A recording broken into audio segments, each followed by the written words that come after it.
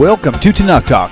I am your host, William Hall, broadcasting live out of Kingsland, Texas, USA, with another episode of TNT, the Twisted New Testament, episode 56 with Rabbi Stuart Federow from Houston, Texas.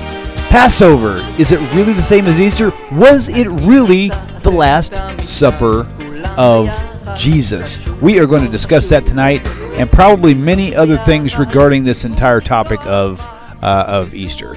And so, Rabbi, you've got your hand on your head. Did I miss your finger Yes, dance? it's called shaking my head and palm face. Palm face. What did I mess up? Did I mix something up? Oh, no, it was Okay. fine. Okay, cool. Was the Last Supper of Jesus a Passover Seder? Yeah, well, it's technically the same thing. You know it's not. Okay, look, Passover. I said, was it really the Last Supper of Jesus? Passover. Okay, I missed that. Yeah, see, thank you. I'm glad you. Hey, we're clear. It's all good in the hood. Okay, welcome back, Rabbi. I already missed you. That's for sure. It's been. I'm trying to find my lower title. Passover, is it really the same as Easter? That's all you see? Yeah, not after I tell you this. Oh, hold on. There we go. Okay.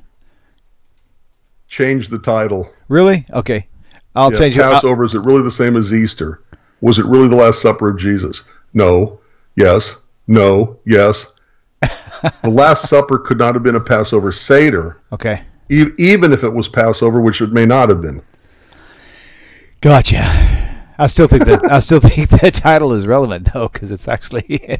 Well, Passover is not supposed to be the same as Easter. They don't claim it's the same. Oh yeah. Easter. Oh yes, they do. Oh my gosh. Yes, they do. They say Easter happened at Passover. No. Everywhere I go, they say Easter is the Jewish Passover. I mean, the Christian Passover, whatever. We've been to dozens of churches, and they all teach the same theology on it. So that's why I'm thinking. I definitely think we need to kind of keep it like somewhat regional in that area. So just an opinion, but I can definitely change it if you'd rather me do so. I prefer the title. Was the Last Supper of Jesus a Passover? Okay. Seder? Okay, that'll work. But we're going to cover all those other issues though. You know that, right? Of course we will. Okay, good. All right, wonderful. I'm trying to fix my bloopy green screen. I don't know why it's acting weird. So probably because I was listen while I play. There it is. That's why I had it. My green screen. There it is. Okay, good. Fixed it. Very good. Okay, now I got to get rid of you because I can't see my screen. There we go. 27 watching. Lori, okay, so all you watching now, you guys can. Do me a favor. Make sure no one is on the internet, like using. Not you, Rabbi, my son. Make sure there's no Netflix or anything because I'm actually having internet struggling issues right now. No videos, no YouTube, no Netflix, right, Chris? Check, Sarah. Okay, good. Okay, because my internet has shut down on Facebook. I'm still going live on YouTube, but not on Facebook. Apparently, I have to have a minimum of a certain amount, otherwise it just won't stream to Facebook. Palm face, George. I'm sorry I got that mixed up. Hey, man, you know what? We're not that hip. That's all I know. Yeah, that's true. Yeah. At least I'm not anyway. So, okay. So for all you people out there, the YouTube chat that I usually put up in the bottom of the screen, YouTube apparently has been watching my videos. John, you're totally correct. Totally kidding. But now you can actually watch YouTube live chat as it happened in replay on the YouTube channel without it being integrated into the video. So if you're curious what the people are talking about, just go back and watch it and just pay attention to the sidebar where actually the live chat actually takes place. But don't get confused because you'll be having a conversation with somebody who actually spoke a week ago. So there we go. Cool. Okay, man, there's a lot of comments and questions already, and I'm sorry, but we probably won't get to many, if any of them, because Rabbi's got a lot to cover. Well, we may not. We'll see. Maybe not. Okay, cool. Yeah, it depends. All right, so... Taking a deep breath. Yes, if I did too deep a breath, I would be sleeping because it relaxed me too much. That's funny. Yes. Okay, so all right, throw up if you can. No, not throw up, but up on the screen. I feel fine, but I mean. Yes, thank you. Up on the screen, throw Exodus 12:8. Exodus 12:8. Yes, Exodus 12:8. That's the one you told me about already, right? Oh, it's already up. Yes. I just got to switch. Switch over. So let's go here. Boom. Okay, so there tell me is. what Exodus 12:8. Really? What did Exodus 12 eat? Exodus 12:8. You said eat. Yes, I know. Okay. What did Exodus 12 eat? If Exodus 12 ate, okay, what did he eat? Forget it. You're fine. No, I got you. It's just thank you. Because it's talking about eating, so it's like right. I thought you tongue-tied, but you did that on purpose. Way to go! Yay! Okay, good pun. Here is what happens in the book of Exodus, and this is like the starting point of everything. Okay. Okay. In the Torah, in the book of Exodus, chapter 12, verse 8, it says, "And they shall eat the flesh in that night, roasted with fire, with unleavened bread, and with bitter herbs they shall eat it." Nowhere in that verse does it say anything at all about charoset, about dipping parsley into salt water or anything else for that matter. It doesn't say anything about how much unleavened bread. It doesn't say anything at all. It says for Passover, you eat the Passover sacrifice, you eat the unleavened bread, and you eat bitter herbs with all of it. That's all it says. Okay.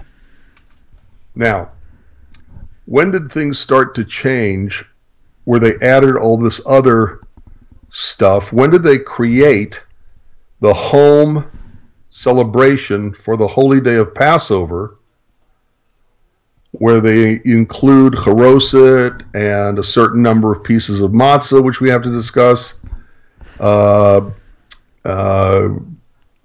egg, having it in a Seder plate? Where did all that come in from? When did that start? And the answer is after the destruction of the second temple in the year 70. Jesus, people forget, lived during the existence of the temple. The temple wasn't destroyed till, give or take, 37 years after Jesus was dead and buried. So how possibly could it have been a Passover Seder that Jesus was celebrating at the Last Supper? It's impossible. It's like saying, tell me something, do you think that Abraham Lincoln drove a Mustang or did he drive a Toyota Corolla? Right. Okay, it's nonsense. It's just absolute nonsense. It's not a vantage point issue.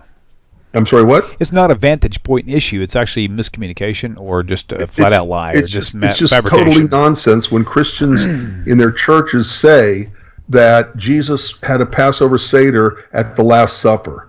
And unfortunately, the less knowledgeable Jews, who if simply ask the question, when was the Passover Seder invented, usually are knowledgeable enough to say after the destruction of the temple, and you say, when did Jesus live? When did he die? And if they know anything, they'll say, I don't know, when he's about 30 years of age. Okay.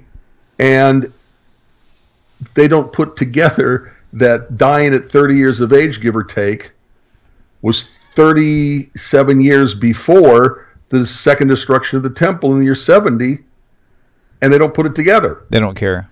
I mean, it's not that they don't care, it's that they're not thinking. Most people aren't thinking. The ones that do think, they don't care. They have faith. And the ones who don't, yes, that's true too, because they've got an agenda. It's total faith. And their agenda takes over.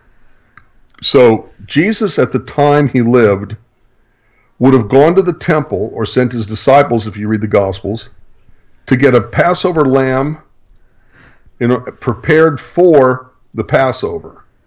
So you could possibly say, although there's doubt for that too, you could possibly say that he was celebrating Passover, but he could not have been celebrating it with a Seder, with a Haggadah, with a Seder plate, with all the various things we take for granted that go with a Passover Seder today. Okay, and there's a whole history of the development of the Seder. We'll get to that at the very end. Okay, so the phone lines are open, 855-95-BIBLE. If you're on the go, 855-952-4253. The number will be on your screen in just a moment. So if you do call in, it would be helpful if you would call in and have questions regarding tonight's show. You don't have to keep it that way, but if you ask a random question when you call in, I'm probably going to have to write it down and see if we have time at the end of the show to actually get to it. So Passover, Easter questions, whatever, Last Supper, or whatever. Anything to do with Passover, good to go. Call in. Numbers on your screen, right? Right. Okay. Right there. Now, right there. Let me talk about some other things that are important to understand. Sir. Very good. Okay. in Hebrew, we know that we have different words for different kinds of bread. Right. Okay. Lechem is the word that we used for leavened bread. Okay. Matzah is the word that we use for unleavened bread. The Koine Greek of the Christian's New Testament also has two separate words, one for leavened bread, which is artos, and another word, a separate word, a different word for unleavened bread, which is adzumos. It is actually funny, and if you'd like to throw this up on the screen, I don't know, well, they may not be able to see it, you know, without showing the Greek of it. Oh, right, right. Okay. Actually, I could probably do it on an internet page, actually. Okay, that would help. Let's see. Keep talking for a minute. Give me a second to work on that, and I'll tell you when I'm ready. All right. Well, quite simply, if you take a look, okay, at Matthew, okay, where Matthew is in the 27th, what did I say, 27? Yeah, Yep, 27th chapter. 8. Okay, going down to verse, what was it? We talked about this before we began. Matthew, I'm so tired, here, I can't remember I'll tell you what it anything. was. Hang on, I'll just go back to it. 1 second. That would be Matthew 27, 26, actually, 17. 17. Chapter 26. Wait a minute. No. I'm sorry. It's 26. You just said that, didn't you? I did. Yes, thank you. Oh, thank you. Thank you very much. Right. Okay. My son's in here. He's actually. If you take a look okay. at verse 17, Matthew 26:17, it says, "Now the first day of the feast of unleavened bread," okay, and the word there that it uses is adzumos. But if you take a look only a few verses after that, in verse 20, where is it? 26, Matthew 26:26, it says, "And as they were eating, Jesus took bread," okay, and according to the New Testament, that's artos. If it's the Feast of Unleavened Bread, which is adzumos, where you're not supposed to own, possess, have in your house anything that is artos, you're only supposed to have adzumos. Why in Matthew 26, verse 26, when they were eating, Jesus took the artos, the leavened bread, and blessed it and broke it and gave it to the disciples? Okay, I am ready. It's on the screen as we speak. 26:17. So we're going to, where's it at? Unleavened bread. Okay, 106. Is that the one? Or 44:13? Wait, what? It's 26:17. Hold on. Yes, number 106. Right there. 106. Okay, yes. Okay. Okay, and you'll see if you can, if your machine does this. There you Uh, go. I realize you're having to wait for the video feed to show up. No, there we go. Adzumos, right? Okay. It's adzumos. The Feast of Unleavened Bread properly is unleavened, unfermented, free from leaven or yeast. Look at what it says at the bottom paragraph, or bottom whatever, of that little extra screen over your text. 1 parentheses closed, unfermented, free from leaven or yeast. Oh, down here. Okay. Got it.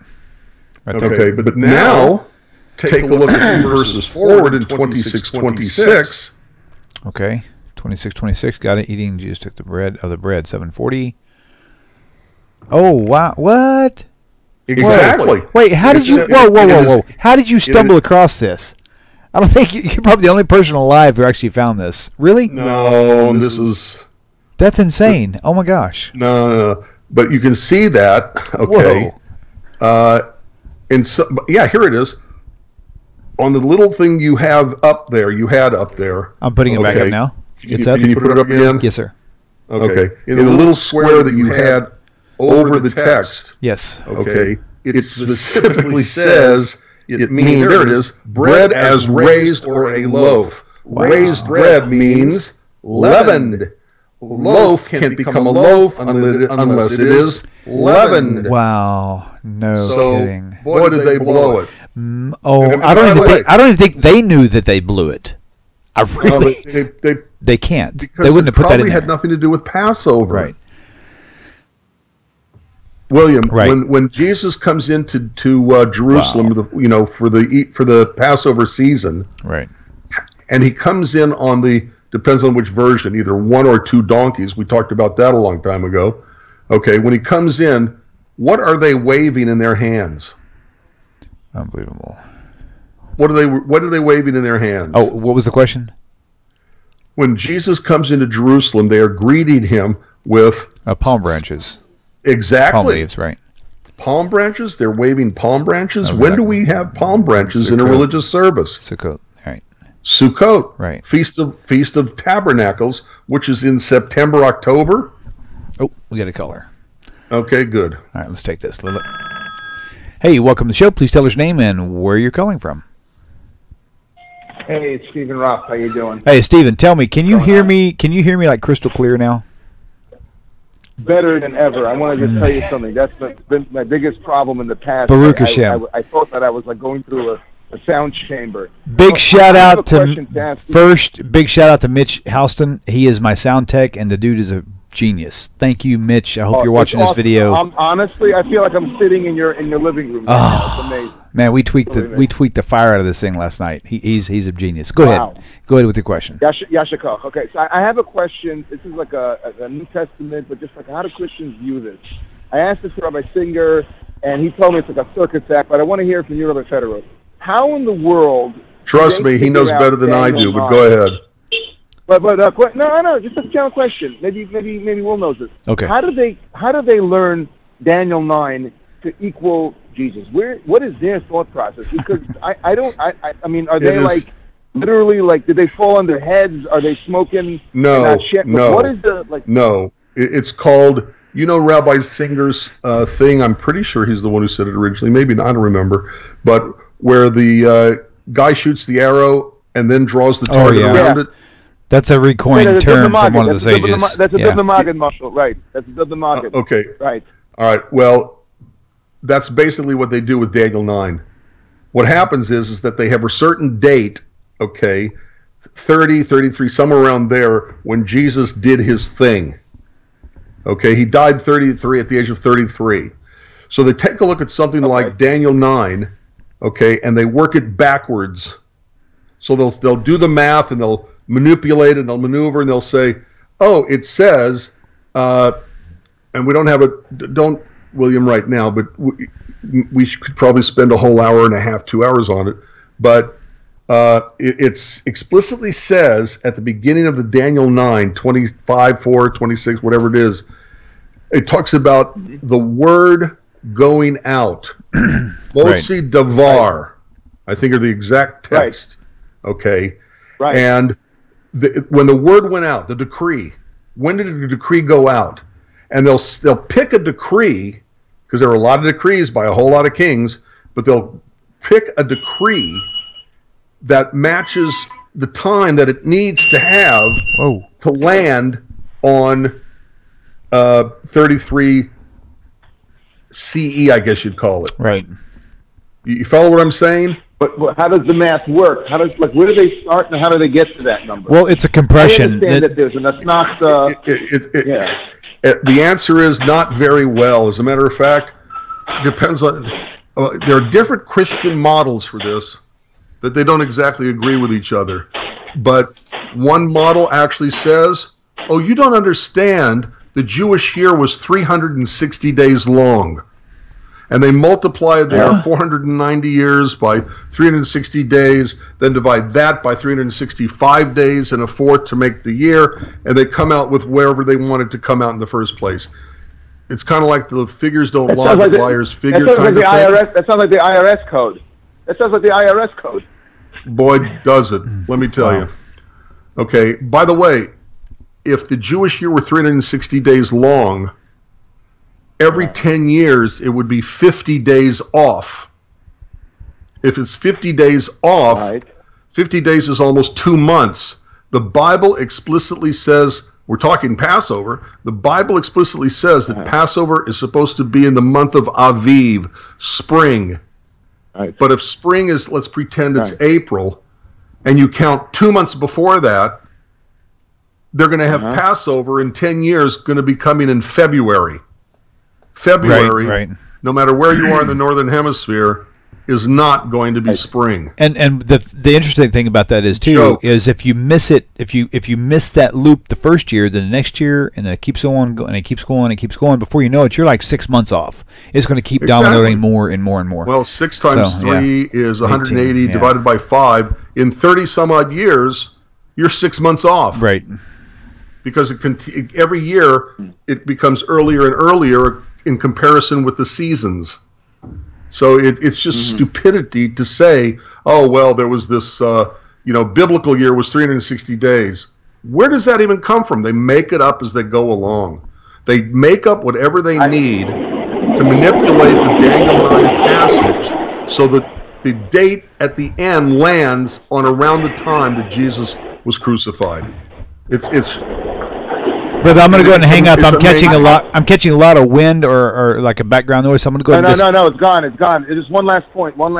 Okay. I had this discussion on one of these online forums, and I asked the person, just like it says in the Torah, "Vaydaber Hashem al Moshe Lemar," and God spoke to Moshe saying, why isn't there a parallel pasuk that says it openly? Nowhere do we find anything open. Everything is shoehorned in. And you know what they answered me? That's nonsense. Right. I'm stupid for wanting clear text. That's nonsense. That's crazy. Anyway, I thank you so much. Hey, thank you, I want to brother. wish you guys a fantastic Pesach. Don't overdose yes, on the matzah. Chag It's not good for Sameach you. v'Kasher. He said, "Don't overdo it on the matzah." That's not a worry. Trust me on that. Shalom, By shalom. the way, I'm coming out with a kosher Passover laxative. It's called "Let My People Go." Okay, take it easy. Shalom, shalom. Okay, before we continue, there's a guy, George Netzach Andujar.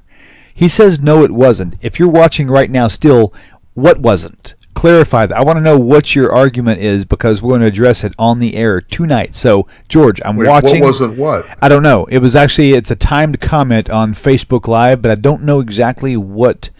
I'm not really sure what his comment was about. I just noticed it and I wanted to bring it up because I don't like leaving Which stuff George? like this. It's actually, look on Facebook Live. You got to go on. Oh, wait a minute. I'm not on that at all. No, don't, because it's going to log your computer. It's going to bog your computer down. Know that. We'll just see if he responds. So, a lot of good viewing tonight. There's been a lot of views on Facebook Live, and also we're up to about 50 live viewers on YouTube, which is really handy because they have brilliant brains, even the ones that don't think like we do. That maybe Christians come on with really brilliant questions that really need to be addressed. So this is good. Okay, George Anthony Hall, good to see you, brother. John Wiseman, Motorhead, Omed Chazak. Sorry, I know your face. Yeah, Omed Chazak had something rather interesting. Okay. Now I got to find it again. Okay, and then Richard Todd Davis, good to see you. Somebody came on and said, "Hey, I finally caught it live." I forgot the name. Silent Evil 2. Yes, I finally caught the show live. Welcome to the show. Kimberly Matalis. Come on. Who else here? Green Acres. Wait. Man, love you guys, man. That's great. I'm stalling for you. Andrea, good to see you. Delaney Davis, good to see you. Skeptical Jed, you just said Psalms. I wasn't paying attention when you said that, so I don't know what the context was. So, but anyway, Exactly. It's a big problem here. 613. Yeah. The modern Seder was never done during Yeshu's time, and there was no Seder at all. Okay, there was no Seder at all. Seder means order. A Interesting. specific way in which you do, in what order, what comes first, what comes next. You know, there was no Haggadah, there was no Seder plate, there was no Charoset, there was no all that. And by the way, we forgot to talk about that real quick, okay, because we moved on kind of. You're good. Okay, in the New Testament, first of all, there's the whole Artos versus Adzumos problem. They use the word for leavened bread at the Passover, in which case it's the week of unleavened bread. Why would they have leavening?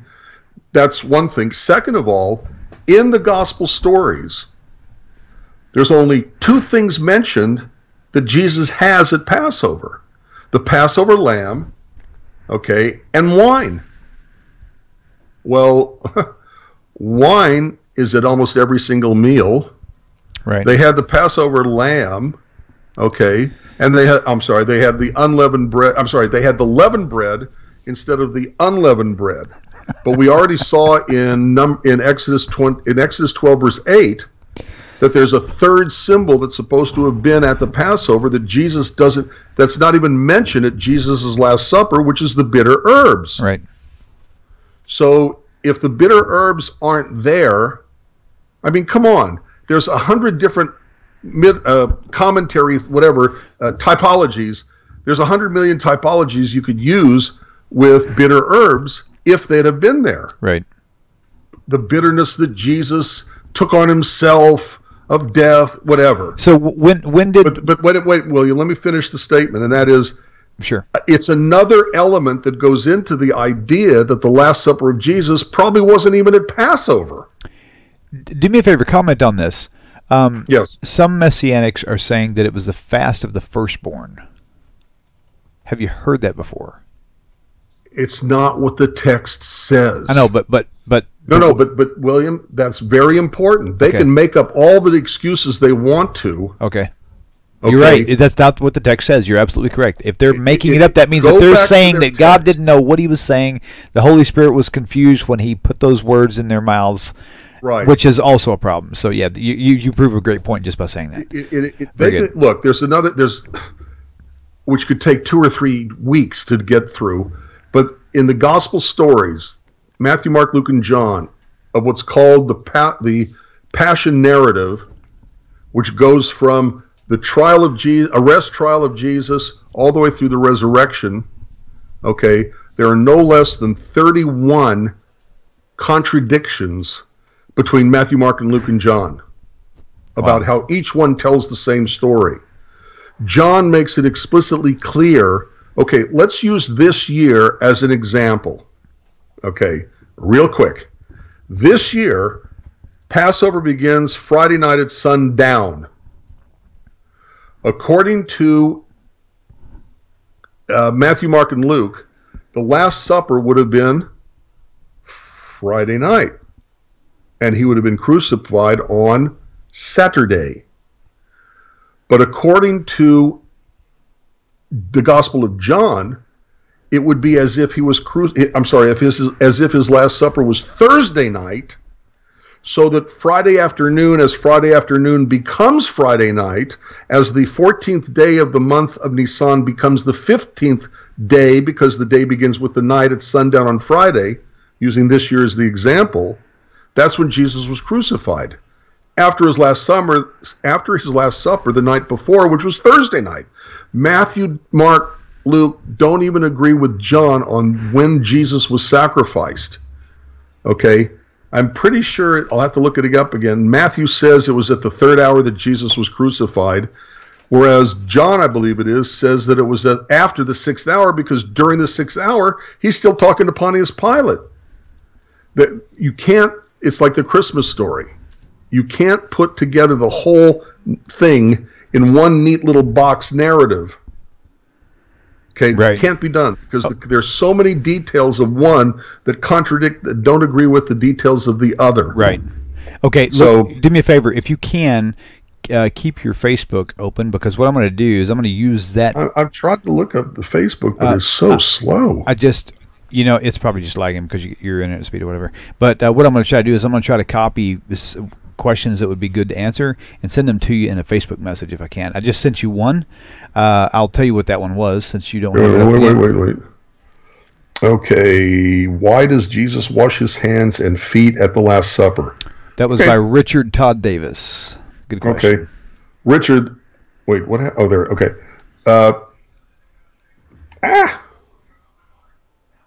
Facebook. Okay. No, it's probably because it's taking up all my bandwidth. Okay. Right. So why does Jesus wash his hands and feet at the Last Supper?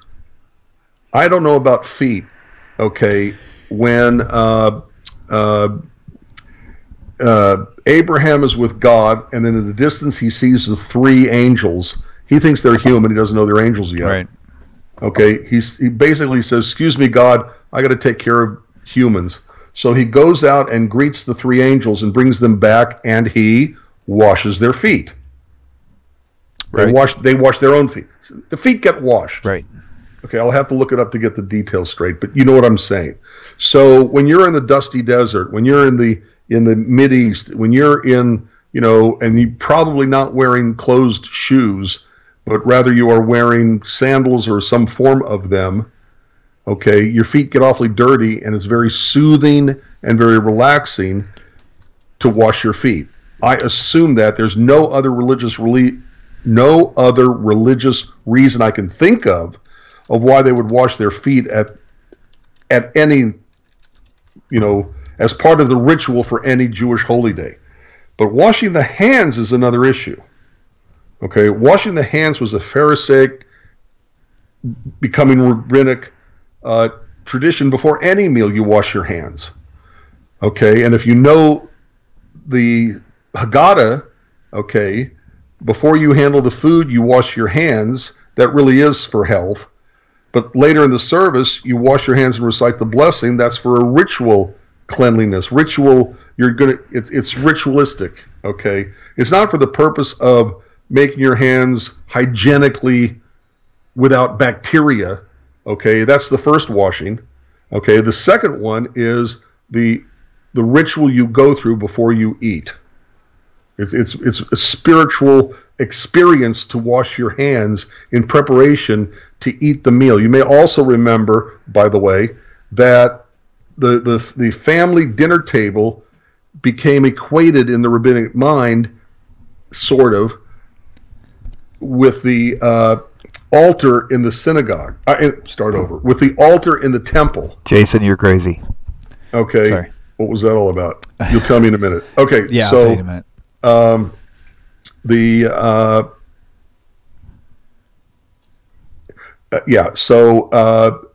Washing the hands is part of any meal. Just like wine would be part of any meal, especially in an area where water is probably not the cleanest water system you've got. Okay, so wine becomes very important in areas where the water system is bad, like France. Okay, that kind of thing. Right. So I hope that answered your question. Good. Okay. Jason said he only washes his feet when he eats. Before eating, if he plans on imitating a monkey and tries to peel a banana with his toes. That is funny. Okay. Green Acres Pest Control, you guys, he's got a great YouTube channel. Go there. He just teaches you on all kinds of pest control stuff that you won't find from anybody else. So he kind of gives you secrets that no one's willing to give up. So go there and subscribe to his channel. It's pretty cool. Speaking of subscribing, go to right. Okay. Richard Todd Davis said the same thing. Okay. Speaking of subscribing on this channel, be sure to subscribe to the YouTube channel and then turn on the notifications bell to make sure you get an alert every single time I click the record button. Same with anybody else you're trying to follow on YouTube. So very good. Rabbi. Well, I was just looking. Richard Todd Davis writes, why did the Synoptic Gospels claim Jesus was crucified as on the day of Passover, but it says in Exodus that you kill the Passover sacrifice on the eve of Passover, not on the day? Right. The Synoptic Gospels developed first before you had the Gospel of John. Gospel of John is the one that does heavy stuff on Jesus was the Passover lamb. Behold the Lamb of God. The whole with the Passover lamb. And so the development of the equation, probably not just the Passover lamb, but as a typology, any sacrifice became a typology for Jesus. So did the Paschal lamb sacrifice. Right. You're not up on my screen anymore. Okay. You were quick. Okay, so the point is that it's because in the days of the Synoptic Gospels, Mark written first, then Matthew, then Luke, and then John, okay, there was no real equation between Jesus and the Passover lamb. But John really, really, really wants to drive home the point that Jesus was our Passover lamb, quote unquote, which, by the way, if you stop and think about it, that is the stupidest equation, typology, that Christianity can come up with. Totally agree. Okay, because the Passover lamb is representative of a pagan idolatrous god worshipped by the Egyptians. Now explain that spot before you move on to your next point. Explain that in detail, because I'm telling you right now, Christians out there, they don't get that. They think this is such a glorious item. This is a glorious thing to be Then they haven't read anything from Genesis through So explain to them on one foot, if you will. Yeah, real quick. Yeah. Okay, so if we go back to Joseph. I am putting you full screen, by the way. Explain. if you go back to Joseph greeting his brothers after he reveals himself to them, and everything basically settles down, Joseph realizes he has to introduce his brothers to the Pharaoh. And he says, Pharaoh's going to ask you what you do for a living. Do not tell him that you are shepherds, as in shepherds, herders of sheep. Why? Because they worship the sheep, and you don't herd your gods. Okay? In India, don't we know that cattle run free because they are worshipped because of all they do for the human person? Provide meat, provide milk, provide leather, provide a beast of burden. So that you don't herd the gods. Okay, so of course when they go to Pharaoh and Pharaoh says, "What do you do for a living?" They say, "Oh, we're shepherds." And Pharaoh says, "Oh, good, I'll give you the best land," because they're still the brothers of Joseph, his number 2. Okay, that's one thing.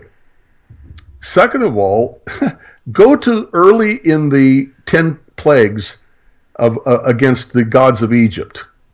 Okay, Moses comes to Pharaoh and says, "Let my people go." He says it again. We're going to go 3 days journey into the wilderness and sacrifice to God. And Pharaoh says, "Okay, fine. I'll let you sacrifice to your God, but you can't leave."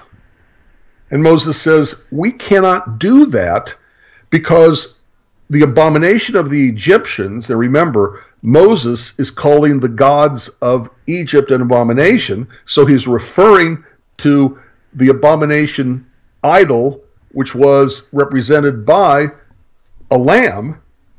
We're going to go sacrifice a lamb, the lamb worshipped by the Egyptians, and if we do that, they're going to stone us. Okay, so they're not ready yet to do something with sheep right in front of the Egyptians, because at this point they're still afraid that the Egyptians will get mad at them for doing this to their God. But at the end of the plagues, the 10th plague, okay, they're totally secure. They know they're leaving. They don't care what the Egyptians think. And when God commands them at this time and says, take a lamb, tie it to your bedpost, okay, watch over it for 4 days, and on the 15th day, you are going to, in the afternoon of the 14th day, in the afternoon, late afternoon, dusk, when it becomes Bein Ha'arbaim, dusk, as the 14th day becomes the 15th day at sundown on the 14th, okay, you're going to slaughter the animal. And what are you going to do with the animal? You're going to take its blood and you're going to put it outside where everybody can see who passes by on your doorposts. And there you have the real test of faith. That is about as thumbing the nose as you can possibly get to the gods of the Egyptians, because they are now secure enough to be able to do this in front of the Egyptians. They know that they're not going to get stoned by the Egyptians, as they were worried about earlier in the 10 plagues. Right. Okay? And to say that Jesus was our Passover lamb, the lamb at Passover was sacrificed because it's the first time the people as a nation get commanded to do something by God. Okay, Brit Milah was first commanded to Abraham and his descendants. Circumcision. But not, go ahead, what? No, I'm just clarifying because some people don't know the Hebrew. Circumcision. What did I say? You said Brit Milah, right? Yeah, circumcision, sorry. Yeah, it's okay. Okay, so I try to watch myself. But no, I like it when you say it, just as long as you add the English to it also. No, I try to avoid the Hebrew. It confuses people. I just say the English. Okay, cool. Well, I try to remember. At any rate, the point is that the Passover lamb was not a sin sacrifice. It had nothing to do with sin. It had to do with a command given to the people to teach them to have a backbone and be willing to thumb their nose at pagan gods. at idolatries. Okay. Second of all, the Passover lamb is another very bad typology for Jesus, because what's the one thing everybody knows about any blood sacrifice before it's sacrificed? It cannot be blemished. Right. It's got to be pure, clean, and animals don't flawless. sin. So saying, well, blemished, that means a sin, is nonsense, because animals don't sin. Right. How can a sheep can sin? Right. Right. It's nonsense. So the Jesus is scourged, beaten. Okay, he wears a crown of thorns around his head, which means they're going to puncture his skin. There's no way that even if God accepted a human sacrifice, which he does not, right. But even if God did accept a human as a sacrifice, which he doesn't, Jesus would have been precluded from being a sacrifice because he was scourged and he wore a crown of thorns. He was not without blemish. He had a blemish all over his body. So the whole equation of the Passover lamb with Jesus is really funny if you stop and think about it. Can I add something to that humor? Please. So the whole point of Passover, the rule of Passover is no bread that has the yeast or that's risen, right? And so Jesus is called the Passover lamb. He's also referred to as the bread of life, right? So why is it that the bread of life rose on Passover when it's not supposed to rise on Passover? I know that sounds like a funny play on words, but think about that for a minute. Everything about this scenario is wrong, and it's only because of lack of study that you don't see this. That's all I'm saying. Right, absolutely. Now, by the way, let me do this first. Hey, Julie, good to see you. Wait. Okay. Omed Chazak 613 writes, next week my parents' church is doing a Christ in the Passover Seder. I invited them to my Seder so they can learn what a real Seder is about. Okay, let me tell you something. Okay, and follow what I'm saying. It's real easy to follow.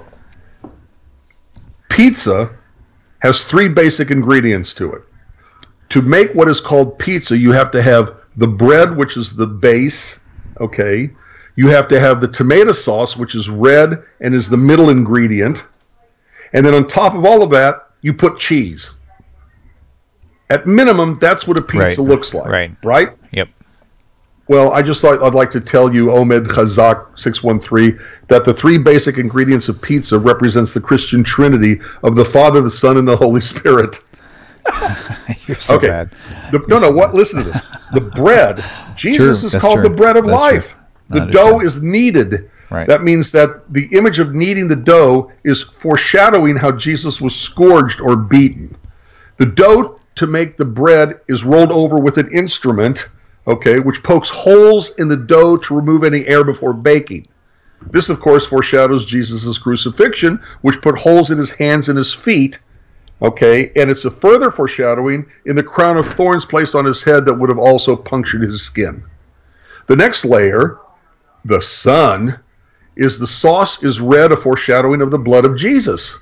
Just as the red sauce is spread all around the dough, the blood of Jesus was a sacrifice which used to be spread on an altar. Okay? And then finally, you have the cheese. The cheese covers everything else. It covers the blood and it covers the dough. Okay? That's a foreshadowing of how the death of Jesus covers the sins of the people. So, therefore, pizza represents the Christian Trinity. And now that we can see all the story of Jesus in pizza, we should have a celebration every year called Christ in the Pizza. Not Christ in the Passover, right, but Christ in the Pizza. Right. I think that's hysterically funny. I do that with tongue-in-cheek. And Omed Chazak 613, I hope you appreciated that. That was good. I think it's hysterical. You know, anything at all can be interpreted in such a way to make people think it's all about Jesus, like I just did with pizza. Skeptical Jed, I've heard that so many times it's not even funny. The egg is the Trinity, the shell, the yolk, the egg white. But if you think about that, just even for like more than 10 seconds, you can say that's just really ridiculous. Because I mean, Skeptical Jed, I wasn't in the NFL, but I was a defensive tackle. What? Oh, cool. Okay, so No, yeah. and by the way, just for kicks, Richard Todd Davis, we need to have like a show with just us three. He's coming up with some really good questions, man. We need to actually cover. So, Rabbi Federow, why does the Book of Acts 2 claim that the moon turned red when Jesus was crucified? Again, they take a passage in the Hebrew Scriptures and then they invent a story about Jesus and say that their story proves that Jesus was the Messiah because it fulfilled, so to speak, the passage that they're taking from the Hebrew Scriptures. Beautiful. And so what they do, and frankly offhand I can't remember where now, okay, but somewhere in the Hebrew Scriptures it talks about a red moon, okay, turning red. Daniel, I think and so, but show me one history. Don't you think that some historian somewhere on earth would record a moon turning red or whatever it was around the time of Jesus' death? More importantly, 33? I think it would even be more likely that some historian would record like all these dead people climbing out of their graves during this time. Absolutely. It's like really, zombie. yeah. Oh, I mean, even if they weren't zombies, they were just real people. They were climbing out. Somebody would have recorded that, but there is no record of that anywhere except for in your Bible. Why is that? Because it didn't happen. Right. It was made up. Exactly. And it was made up to make it look like Jesus fulfilled a scripture. Right. Just like they do with everything else. Right. Wow. All right. Zombies. You got good votes on that one. So, Yeah, okay. Oh man. Wow, this could go for like weeks on this topic. Unbelievable. Yes. Well, actually, I covered basically everything I wanted to say. Okay, cool. So Yeah. So now let's go and discuss the differences between Passover and Easter. Okay, just let me get it primed. Let me prime it for you. Okay, Passover is representing the slaughtering of an animal. Easter is representing Jesus rising from the dead. Now, you said something one time that was really, really cool. Doesn't belong in this segment. It belongs like 45 seconds ago. And that was this. A sacrifice is not a sacrifice if it doesn't stay dead. Think about that. Yeah, Think actually, about I think that. you said that. But either way, I heard it from someone else, and I before. thot I heard it from you. But still, think I about think that. I heard it from you, That's so- insane. Think about that. If oh my gosh, that's just retarded. I know that's vulgar, but it's really retarded. Think about that. There's no way you could even consider Jesus' sacrifice if he knew he was going to come back to life 3 days later. That's like loan. And, yeah, It's like a loan. How much of a sacrifice is he? Yeah. What is he really giving up? Right. Right. Exactly. And by the way, the other element of that, there's a minister friend I know who talks about Jesus, okay, as God putting on a skin of humans so that he can know what living as a human is like. Right.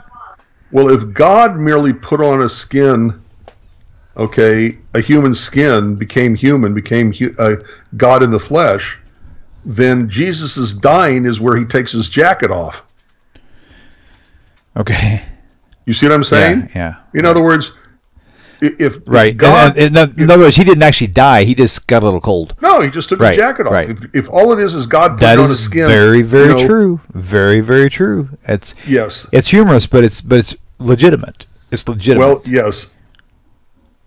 Absolutely. Unbelievable. My humor is always legitimate, but so I agree. the Oh man. there's go ahead. Let's take the call first. Okay, cool. Let's see if they're actually listening when they answer the phone. Caller, welcome to the show. Please tell us your name, where you're calling from. Hi, this is Alicia Akers from Virginia. Hi, how are you doing? Tell your husband he is a crazy fool. Not a fool. He's actually awesome. I love that guy. Great. He's just Yeah. crazy. Wild and crazy man. Tell him I'm going to be picturing him now for the next several weeks, like trying to eat a banana with his toes at the dinner table. That's just driving me nuts now. Yeah. Alicia, very good. What's your question for Rabbi? Anyways, okay, so one thing that I think it would be great to have you explain, in our Messianic group, one thing that they went into a lot was leavening, because we were trying to keep the Passover by getting rid of all of our leaven, but they included like baking soda and baking powders as leaven and different things like that. And when we would ask our minister, well, why do we have to get rid of all these products, but yet we can drink wine that has yeast in it? Or why would you let us drink wine doesn't beer actually wine that doesn't also actually has now beer has yeast, but leaven in it? beer has yeast in it, but Right. not wine. Wine doesn't have yeast in it. Actually, yeah, the wine. Wait. Okay, What does so wine how have in it that yeast makes it on- ferment? It's the yeast on the. Is there yeast in wine? I didn't know that. Right. Yeah. Well, Yes, there okay. is. Here's the thing about wine. Stay on the phone with us, Alicia. Just don't hang Yeah, up. Okay? please.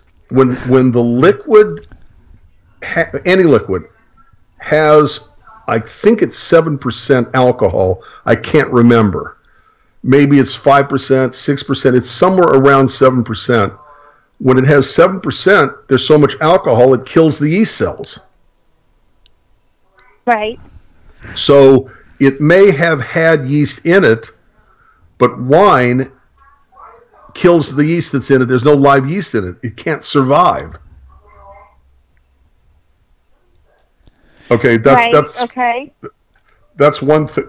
Okay. Okay, so let's narrow down to another part of her question. So this Messianic teacher is saying we've got to follow part of halakha, but not the other part. So she's saying, well, why is it? Right, like beer wasn't even allowed, which I know now that's considered under the class of chametz, right, and is not permitted. Right.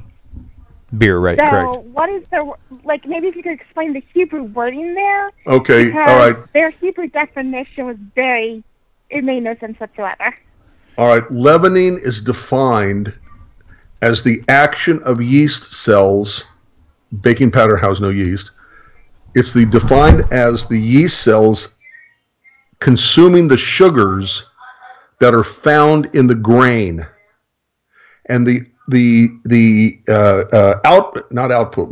byproduct of the consumption by the yeast cells of the sugars in the grain is alcohol, which is not the point for Passover, and also carbon dioxide, which is the point, because it's the carbon dioxide that makes the bread billow up, okay, and become leavening.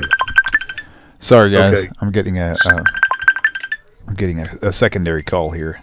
All right, well, okay, I hope they No, call back no, or hold on. no, it was actually a Skype call. The point is that according to Jewish tradition, if you have any kind of wheated, look, my mother, she rests in peace, used to make this stuff called compote, which has a very similar word to compost.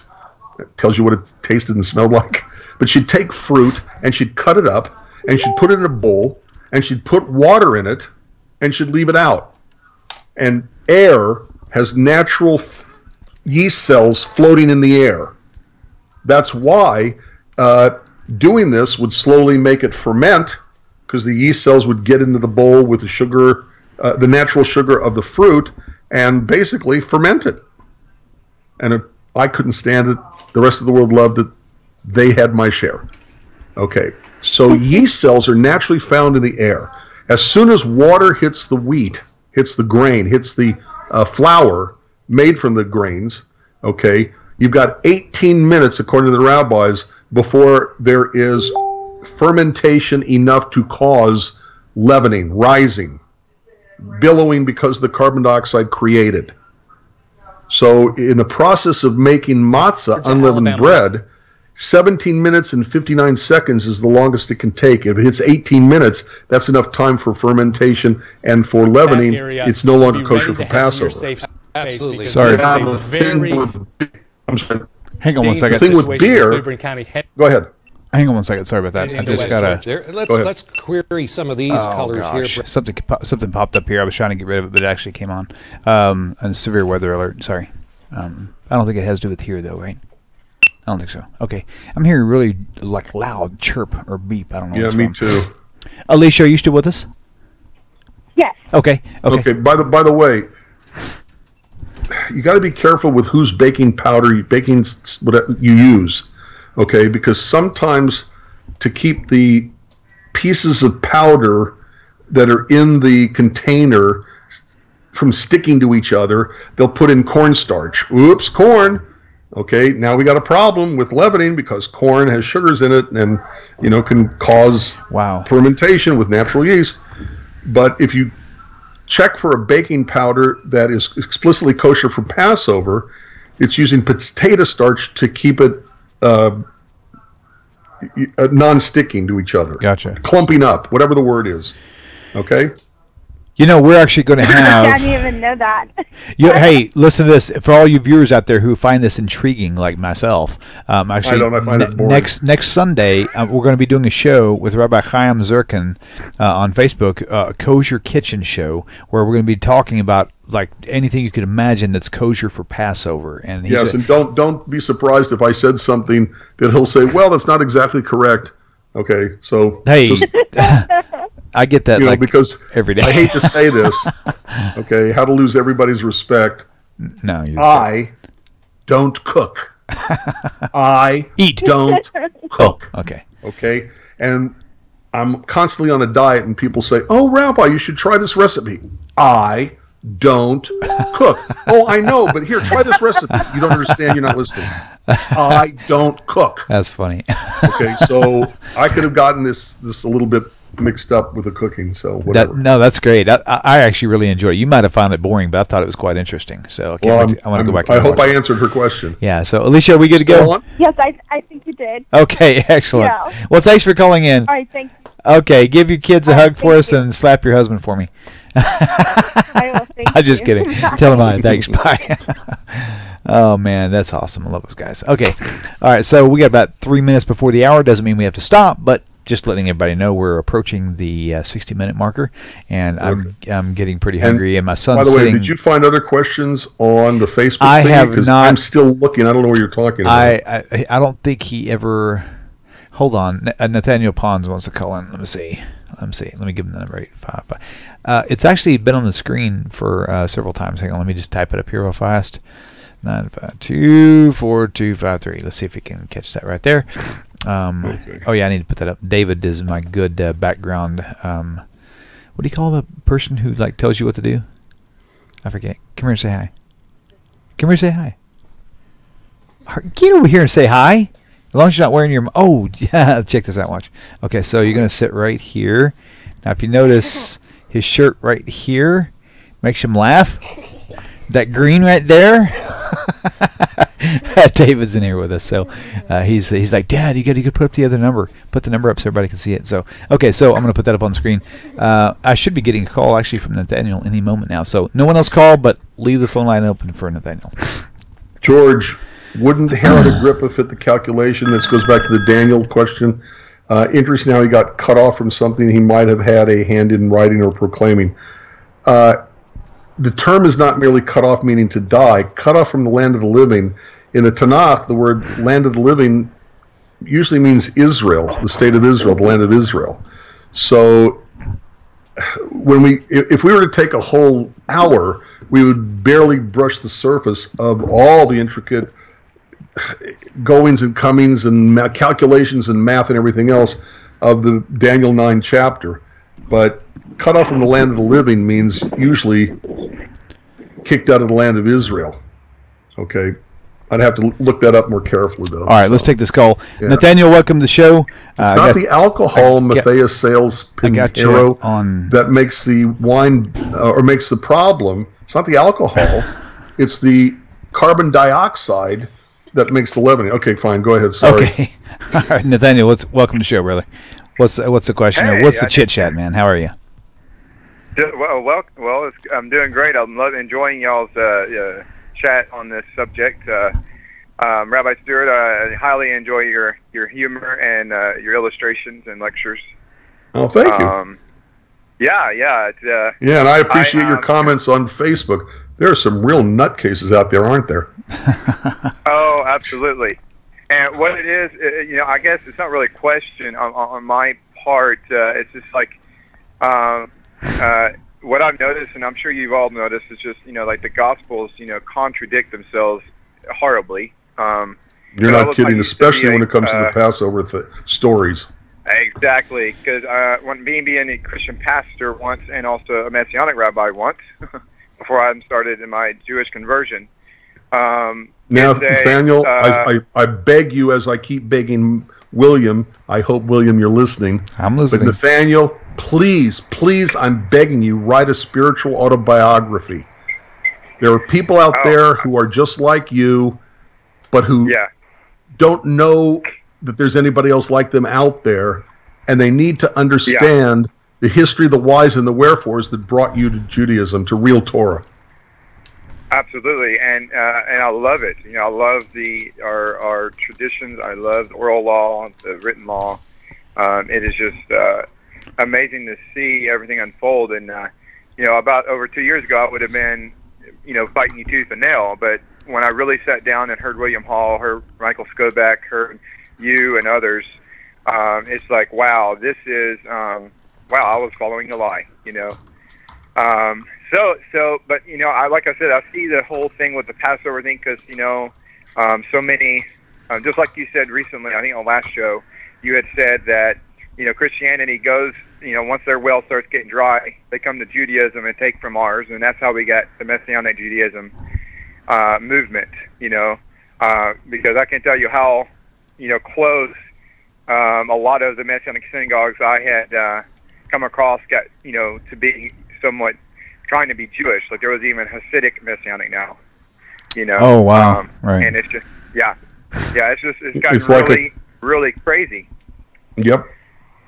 It's like a costume they put on to make themselves feel Jewish. So they'll wear the long beards and they'll put on a yarmulke and their well tzitzit. Some of whom are so stupid they put it on their belt loops. Okay. Yeah. And walk around like they're the real Jews. And they're what they're wearing and how they're doing their beard and the side curls makes them feel Jewish, just like a little kid feels like Superman at Halloween when he puts on a Superman costume. Right.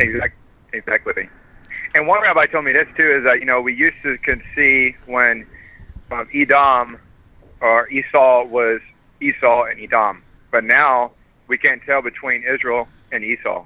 We can't tell between Jacob and Esau because Edom is now dressing up like us, is now putting on, like you just said, putting on their costume, fedoras, and all that stuff. And it's just, it's ironic to see that. Then they take Pesach and adulterify it.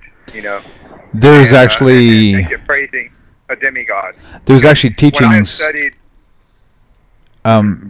Just because you mentioned the topic, there's actually a teaching that that Jesus was a reincarnation of Esau or Edom in that whole spiritual thing. Yeah, it's pretty neat, man. I never even knew that. Wow. Yeah. And what it is, it's like in studying about the Gospels and Paul's writings and stuff. It's just basically Mithraism with the kippah. Yes, that's true. That's what they've done. Because I honestly don't believe the guy existed. I believe that it was just all a fabricated myth. They just smushed a bunch of demigods together in one and made Nathaniel, it. can I tell you something you may not know? Don't believe me. Look it up. Yeah. But I always found it interesting that Mithra and Mithraism, one of the seats of the religion, the city that it was most commonly found in. And the same city also had Mithra as its patron god. Exactly. Tarsus. Yep. As in Paul of Tarsus. Oh, Tarsus. Oh. Exactly. Tarsus. Tarsus. As in Paul, as in Saul of Tarsus, who was changed his name to Paul. In other words, Paul probably knew more about Mithraism than he did about his own Judaism. If in fact he was a Jew, that's another issue. Yeah. And that's why he just brought Mithraism to made Christianity modeled after Mithraism because he knew more about it. I actually saw a documentary on the Biography channel, and it was this guy discussing the fact of Paul's ethnicity and who he was and everything. And there's no history of the guy except for Paul, who taught actually Mithraism. Wow. There was a Paul that taught Mithraism, and he was big on his demigod Mithra and teaching of his demigod. So honestly, I think what it was is Constantine or whomever took his writings and just called him Saul, so it sounds Jewish, and said, here we go, we got some more writings of this J-Man guy, and we're now going to make it where this guy is the Son of God, and all of this stuff, and there's a triunity, and all this different major stuff that just, if anyone that had common sense would just sit down and really research Tanakh and try and, just like all of us have taken the scriptures in the non-Testament, is what I call it, and trace it back to the Tanakh, you would see it's taken out of context, it's butchered, it's misquoted, it's the list can go on, and it's just baffling though that people just fight you tooth and nail, saying that they now have they're the true Israel, they're the true Jews, they're all spiritual now, and just all this stuff. It's very comical, but then very sad, because they are so addicted to their demigod, and I really believe that Yeshu was just a fabrication, that he would never existed, that it's just all a make-up story to mesh all the demigods together, and unify Absolutely the Roman Empire. True. Because the major temple for Mithra, I found out, was actually the Vatican. The Vatican was built on top of one of the major temples of Mithra in that region. It wouldn't surprise me, because, in the ancient world, the early church, which is Christianity, means Catholic, because the Protestants didn't come along till about late 1400s, middle 1500s. But it was a Catholic tradition to take whatever society, ethnic group, culture, whatever, their local heroes, heroines, gods, goddesses, whatever, and equate them with Jesus, and wouldn't surprise me at all. Yeah, and what's so ironic is that people are following the teachings of Constantine and his council when he was a wicked person. I mean, he married his mom, crying out loud, and I mean, the list is just horrific stuff that he did to the Jewish people, and being the first so-called emperor / pope type thing, and they worship Pope crazy, and in all actuality, the daughters of Catholicism, which is the Protestant movement, is just basically mimicking the mother church per se, by worshiping their pastors. And I don't know how many times my mom and my dad said, well, my pastor said this, and what's ironic is the pastor that they trusted so much was found with meth and cooking meth for years, and he's now in jail behind bars. Right. But and I so want to, in a sense, be sarcastic and say, well, did your pastor tell you meth was okay? I mean, it's just, right. Because he's got a point. I mean, I always make this very clear. You cannot blame a religion for the followers of that religion when they disobey that religion. Right. You can only blame the religion if the religion itself commands them to do what they did. Exactly. Yeah. Right. Yeah, absolutely. And I really think that this Pesach, because this will be the first Pesach that I've really had that's going to be authentic and true, not in idolatry. That's good. That's good. That's great. Mazel tov and Yesher Koach to you. May you always have the strength to do what you are doing. Indeed. More accurately, may God always grant you the strength to do what you are doing. Yishar Koach.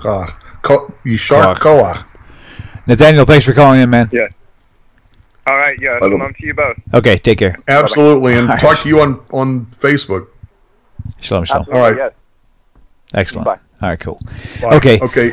William, just real quick. Okay. The main title you had for tonight is Easter the same as Passover? Yes, go for it.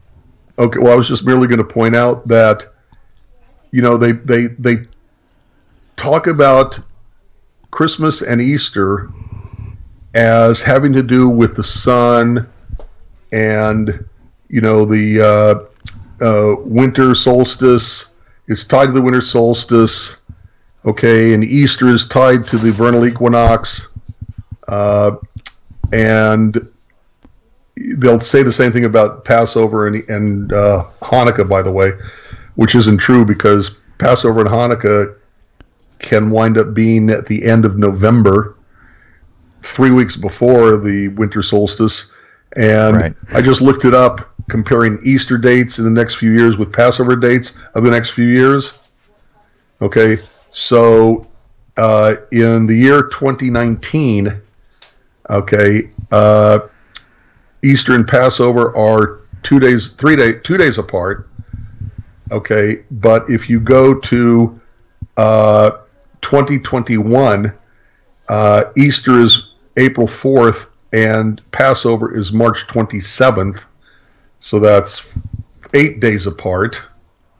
Okay, the Jewish calendar is what determines when Passover comes. Right. Okay, it is specifically as the 14th day becomes the 15th day, and that means the full moon of the month of Nisan, and it has nothing to do with when the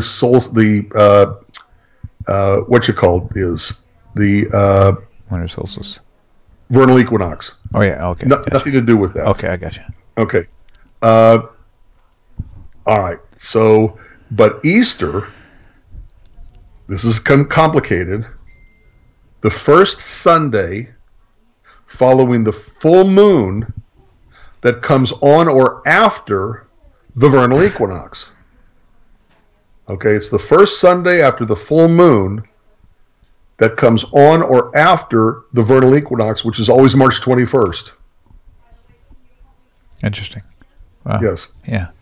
Okay, so Easter is tied to something to do with the moon and sun and stars and all that stuff, the vernal equinox, but in Judaism, it's tied to a specific date, and that date has nothing to do with vernal equinoxes or anything else. There's another contrast between Passover and Easter, because your original title is Passover really the same as Easter? Right, right. No, not even close. Right, right. The meanings, everything is completely off for sure. Yep. So it's just like saying Christmas is the Jewish Hanukkah. No, it's not. Yeah. Now, granted, there are some. I won't even comment on that. That's for another show. So, but we're gonna have to wrap this thing up, just because it's getting late. Yeah, and Shannon. I'm getting hungry and tired. So Shannon, I think, heard me say that you don't blame a religion for the people who don't follow it. And it's very important to point out that, Judaism also has its creeps. Rabbi Singer said the same thing. He says, every religion has their kooks. Christianity's got theirs, Muslim has theirs, Judaism has theirs. It's all over the place. So you can't judge the religion by the Hi, downside. Shannon, we miss you. There you go. Cool.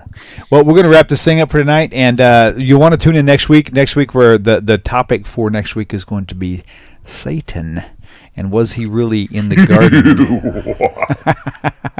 Was he really the serpent in the Garden of Eden? So don't miss it. It's going to be something you don't want to miss. So and tell all your friends about it too. So it's good to see all you guys. Thank you all for tuning in. It's been a great pleasure. Rabbi, it's been a pleasure having you here. My pleasure always. No, you can't stop. Come on. There you go. Now, what was that? This triple high five wave? Multiple fingers. That's great. Thank you all for tuning in. We'll see you next week. Shalom, shalom, everybody. Shalom tov. אני אתה אתם תמיד תמיד כולם ביחד חשוב מכל חשוב והכרחי להיות ביחד איפוק זו העוצמה ויתור זו הגדולה השאיפה והכמיהה אני אתה אתם תמיד תמיד כולם ביחד חשוב מכל חשוב והכרחי להיות ביחד איפוק זו העוצמה ויתור זו הגדולה השאיפה והכמיהה חושבים דוברים לובשים בכל האור